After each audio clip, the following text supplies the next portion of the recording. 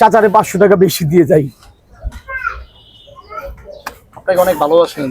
হ্যাঁ, আমার লাইফে আমি কোনো মিথ্যা কথা বলতে চাই না। আমি বাস্তব জীবনে যা পাইছি, আমার আল্লাহ সাক্ষী, আমি এগুলাই বলতেছি বাবা। আমার কোনো চাপাবাজি নাই, আমি কোনো মিথ্যা কথা মধ্যে নাই। তুমি আমাকে যেভাবে যাচাই করো করো, আমার কিছু আসে যায় না।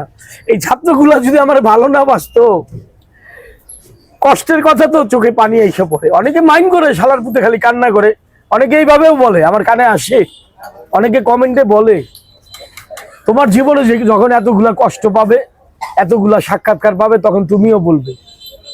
তোমরা কতগুলা লোক, এতগুলা লোকের সামনে আমি কথা বলতেছি, অনেক লোক দেখবে হাত পাও কাঁপে, তাই না?